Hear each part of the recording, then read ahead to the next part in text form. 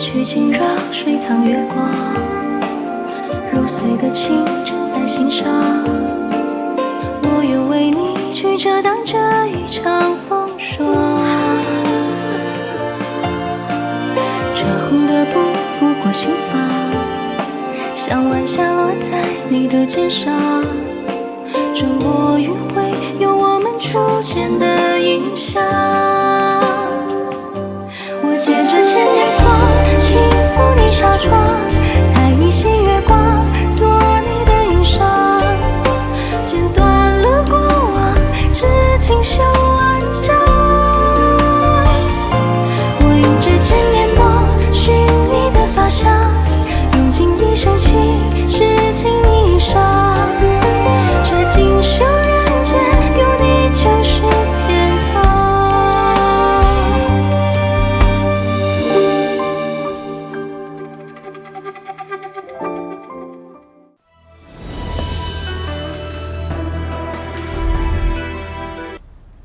云州兄，你自京都而来，肯定见多识广。依你看，有没有什么高见啊？我就是个生意人，没有什么高见。我看你就是个有背景的生意人，当初就是非得让我去见薛花魁，还拿仙泉楼吊我，甚至敢放话说能让香云纱重回皇家御贡。要说你这老登没鬼，哼，我是不信。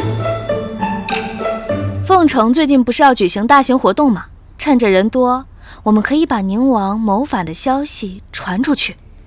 你想什么呢？这举兵谋反可不是小事啊！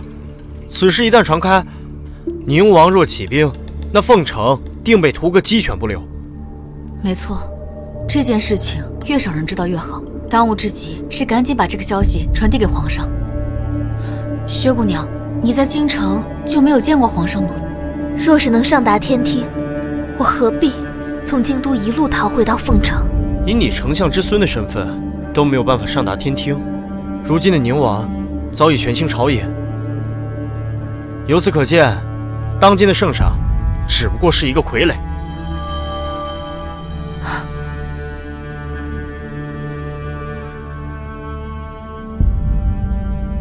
你们怎么都不说话呀？从薛姑娘的遭遇来看，我们目前面对的情况要比想象的糟糕得多。朝堂之上，结党营私，乾纲独断。宁王已经不是要暗人谋反了，而是要明着篡位。这份遗诏，宁王肯定是要拿到，并且他会对外宣称是孙丞相图谋不轨，私藏遗诏。什么？宁王伤害我爷爷不算，还要泼脏水，毁他一世清誉。或许从一开始，这就是宁王计谋中的一环。遗诏是假，就没有必要给薛姑娘。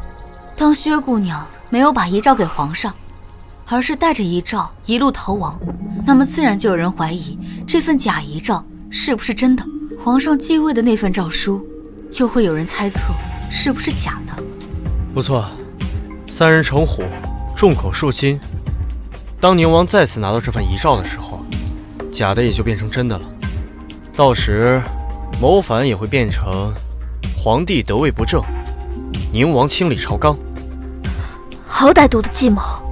宁王竟然在皇帝的眼皮子底下打了一手明牌。那皇上就没有一点察觉吗？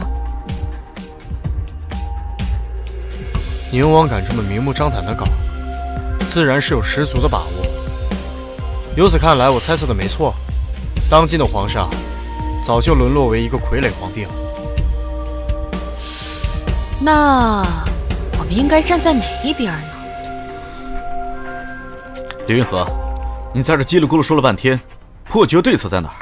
宁王谋反已经不同于寻常贪官污吏事件，而今之计只能想办法上达天听，赌皇帝手下还有可用之人。可宁王把持朝政，我在京都尚且无计可施，如今又该如何传递消息？凤城今年雨涝成灾，皇帝已经下令赈灾了。前些时间，我已经看到不少赈灾粮食陆续到达了凤城。如果再能拖些时日，倒是可以想办法托人送信。托人传信。过些时日，皇上确实会派人来奉承。什么人？干什么的？周家香云纱被取消御贡资格，皇上会派人来凤城织造局宣布这个消息，顺便挑选新的贡品。重新挑选贡品？若是能将香云纱重新列为皇家御贡，或许事情可以迎来转机。就凭这个计谋，你们也想见到皇帝？是啊，取消御贡资格是皇上钦点的，想要重新入选难如登天。况且你怎么传信呢？对啊，李云和，不是我不信你。皇家织造局派来的御史虽然有机会面见皇上，但是你怎么知道他不会投靠宁王？我何时说过要用人来传信？不用人，那用什么传信？税银。税银？税银的确关乎国本，可挑选新的贡品跟税银有什么关系？李云和，你说的是在税银上刻字，但是皇帝又不会去国库数银子，你又怎么会让他看到你的传信？此事说穿了，其实很简单，衣食住行，一排首位。香云纱乃皇家御贡，每年牵扯的税银数额巨大。若此时要重新选皇家贡品，相信这块肥肉，周围的皇家商户都会盯上。所以你的意思是，宁王会盯上这笔钱？可宁王就算是盯上这笔钱，又能怎么样才能够知道这笔钱的动向呢？前些时日，周围遇到水患，按我的理解，粮价最高也就涨到了260文，可实际上，粮价却足足涨到了330文。这说明外地有很多钱涌入凤城。所以你推断宁王会在凤城动手？可是这跟香云纱有什么关系？若香云纱重回皇家御贡，那周围商户用来打点的银钱，自然会原路返回。可就算从各地汇聚到凤城用于贿赂的银子返回各地，但这和宁王谋反的案子又有什么关系啊？云和兄，你看我做什么？小赵，如果你推测的没有错，镇南侯和宁王会有勾结，那宁王此次在凤城谋反，自然会拉拢镇南侯，而镇南侯府的钱，前些时日因为炒粮，现在1文钱都拿不出来。如果你是镇南侯的话，你会怎么做？其要有粮，也要有钱。如果我是镇南侯，我就会借此机会大肆敛财。不错，贡品的选拔，凤城汇聚了各地而来的税银，势必会被镇南侯所盯上。若此时香云纱重新被选为御贡资格，那这些银钱也必会原路返回。宁王若再想敛这些钱财，势必会分散集中的力量。妙啊！宁王的势力分散，就给了朝廷各个击破的机会。赈灾抵达凤城，龙舟盛会举办的时候，宁王绝对会亲临凤城，一为拿钱，二为拿回遗诏。这将是我们揭发和挫败宁王的唯一机会。可要是他不来了，那就要看薛姑娘了，是否愿意重新出山抛头露面。爷爷一世清誉，为天下太平，小女子死又何惧？我明白了，咱们站在皇帝这边。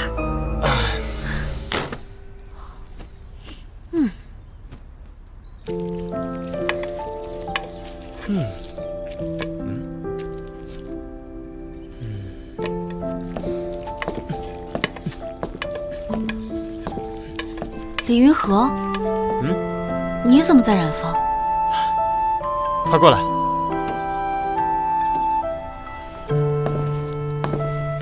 你看这个，怎么样？哎呀，我来看看最新的香云纱工艺是不是严格按照流程来进行的。毕竟马上要重新成为皇家贡品了，这质量和品质绝对不能再像之前那样参差不齐了。倒是你该不会最近都住在这里吧？我记得你跟我说过，第一批订单的质量关乎到以后的口碑，所以最近我一直在这盯着。我早就应该想到，能自由出入周家并掌握香云纱核心工艺的，怎么可能是一个小小的长工？不过，我不管你是周小鱼，还是周家大小姐，都是我李云和要娶的人。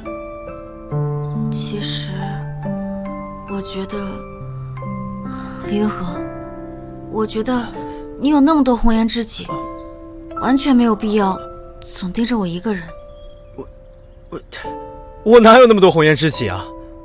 怎么没有？需要我提醒你吗？比如说那个气质如兰、美若天仙的赵子瑶姑娘呢？赵子瑶？她又呆又蠢，99乘法口诀都背不明白。还有那个薛华魁，她可是丞相的孙女，京城佳丽哦。为了脱离假遗诏，炒作出来的花魁神明罢了。那我可是知道，我那傻表妹还想嫁给你当小妾呢。宋怀瑾，她就更别提了，刁蛮任性，攀岩附势，我都不稀得说她。在这个世界上，在我被全城百姓声讨的时候，只有你为我奔走操劳，身心憔悴，这些我都看在眼里。可是我觉得我没有你想的那么好。在我眼里你就是最好的，我李云和非你不娶。可是我母亲已经接受镇南侯府提亲了。我怎么把这事儿给忘了呢？你等着我啊，我得去找老夫人谈一下。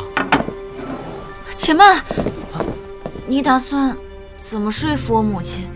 我能帮周家香云纱重新成为朝廷贡品，这点够吗？那怎么样才可以重新成为皇家贡品？我得到线报，朝廷的人现在已经到达了凤城。在这之前，我们需加紧时间，做出一批品质上乘的香云纱出来。朝廷？这消息可靠吗？本公子的消息货真价实，童叟无欺。等着我。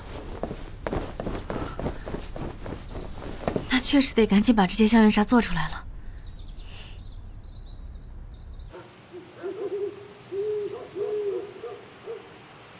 让香云纱重回皇家御贡，就凭你？不错。来人，把他轰出去！啊，慢着！我想请老夫人别忘了，咱们周家香云纱的核心工艺，可是由我来恢复的。你在威胁我？那倒不敢，我只是想给老夫人一个重新组织语言的机会。好，说说看，你是怎么想？哎呀，这站了一天了，腿脚也有点酸了。看座。多谢。现在可以说了吗？怎么突然有点口干舌燥的呢？啊？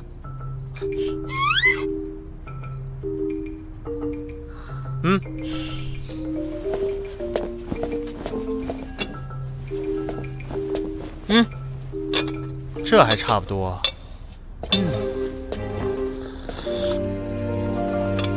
李公子，现在可以说了吧？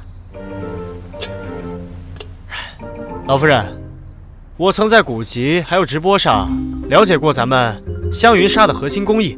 咱们凤城周家响云纱之所以可以名震天下，乃是由于核心工艺的传承。奈何这核心工艺的丢失，才导致咱们产品的质量和品质参差不齐嘛，所以才被取消了皇家御贡资格。不过，既然响云纱被取消了皇家御贡资格，那咱们香云纱的机会也就来了呀。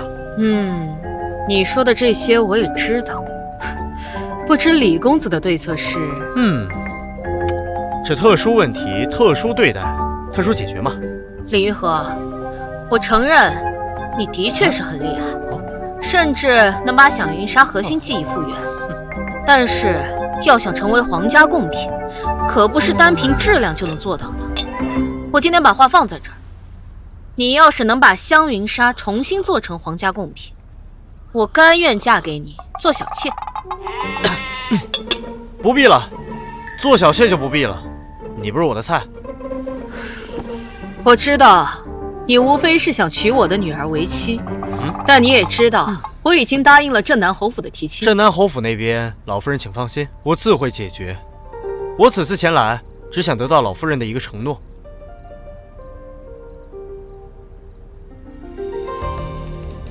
好，凌云鹤，你若让香云纱重回皇家御贡，并且解决镇南侯府的提亲，我便答应将周星宇许配给你。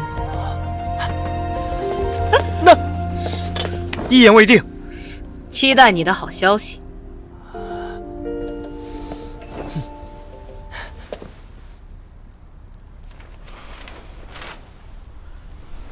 这么说，宁王已经到了。回皇上，是的，根据密探得到的消息回报，宁王是秘密抵达凤城的，而且传回来的消息称，镇南侯也从军营回来了，还设宴款待了宁王。